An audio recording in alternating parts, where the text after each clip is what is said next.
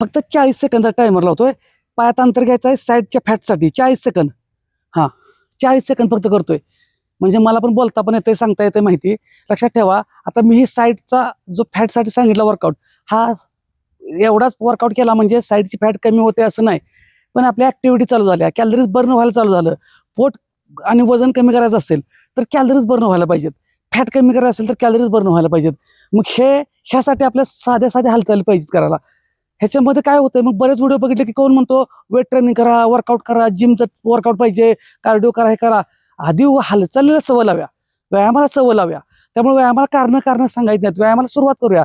त्याच्यामध्ये मग प्रोटीनयुक्त फायबरयुक्त आहार वाढवूया घरातलाच, कोणतेही प्रोडक्ट खायची गरज नाही. तर आपले 40 सेकंद झाले आहेत.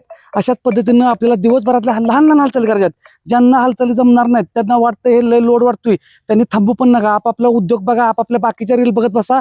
तुमचा वेळ कुठे घालवायचा तो वाया घालवा, इथं वेळ वाया घालवू नका. इथं करायचं असेल तर व्यायाम हालचाली करा आणि तुमचं आरोग्य सुधारायचं असेल तरच फॉलो करा. धन्यवाद.